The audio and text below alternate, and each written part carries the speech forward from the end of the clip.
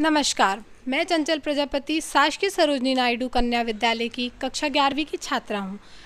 प्रति माह हमारे ईएफएस स्कूल के द्वारा हस्तलिखित मैगज़ीन का प्रकाशन किया जाता है, जो कि भारत की प्रथम हस्तलिखित मैगज़ीन है। और इस माह के संस्करण के लिए हमारे विशेष अतिथि हैं भोपाल जिले के वरिष्ठ पत्रकार श्री महेश श्रीवास्तव जी। आइए हम जानें उनके विचार और उनसे कुछ बातें। नमस्कार सर, आपका स्वागत है। धन्यवाद।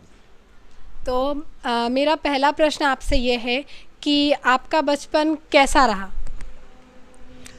देखिए, मेरा जन्म जो हुआ है तलेन नाम का गांव है, वो राजगढ़ ज़िले में है और बहुत छोटा सा गांव है, कोई बहुत बड़ा गांव नहीं है। तो हम भाइयों को हमारे माता पिता ने कहा था कि तुम जितना चाहते हो, जितना कर सकते हो उतना करो, जैसे चाहते हो वैसे पढ़ो, मगर आगे ज़रूर बढ़ो। तो हम लोग भोपाल आए थे। शुरू से ही हम लोग क्या है कि ट्यूशन नौकरी करते रहे, पढ़ते रहे और धीरे धीरे करके हमने, चूँकि उस समय में तो कई जगह नौकरी करता था, पढ़ता भी था। जब मैंने बीए किया तो भाषा विभाग में ट्रांसलेटर हो गया, फिर अखबारों में नौकरी करने लगा। उसके बाद मैंने अंग्रेज़ी साहित्य में पहला एमए किया। जब मैंने एमए किया तो उसका उद्देश्य ये था कि मुझे कहीं अच्छी नौकरी मिल जाएगी। मैं धार में लेक्चरर अपॉइंट भी हुआ, किंतु मैंने देखा कि मैं जो लिखना पढ़ना बहुत ज़्यादा चाहता था, मैं अभिव्यक्त उतना नहीं हो सकता था और इसलिए मैंने वो नौकरी छोड़ दी और पुनः, पहले भी मैं भास्कर में पार्ट टाइम कर चुका था, फिर मैं भास्कर में आया। लगातार 36 साल में भास्कर में रहा और संपादक के पद से वहाँ से रिटायर हुआ।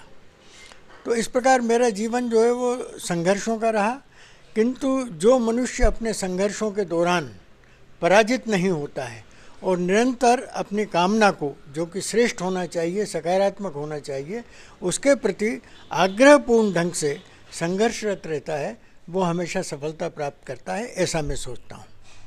सर, आपने बहुत ही सही कहा कि सफलता के लिए संघर्ष तो हर किसी को करना पड़ता है। सर, हमारा दूसरा प्रश्न है, आपकी पत्रकारिता कैसे शुरू हुई? मैंने जैसा बताया कि मैं पार्ट टाइम में कई जगह जब मैं पढ़ रहा था तो नौकरी करता रहता था। पत्रकारिता में मेरा रुझान जो है उसके साथ बढ़ता गया और शुरू से ही मेरी कविताओं में रुचि थी, लेखों में रुचि थी, दर्शन शास्त्र में बहुत पढ़ा करता था। किंतु प्रारंभिक जीवन में मैं बीएससी पार्ट 2 तक विज्ञान का विद्यार्थी था। मेरी चूँकि रुचि बहुत नहीं थी, इसलिए मैं फिर उसमें आर्ट्स में आ गया और आर्ट्स में आकर के मैंने जब एमए कर रहा था तो टाइम्स ऑफ इंडिया ग्रुप का एक दिनमान नाम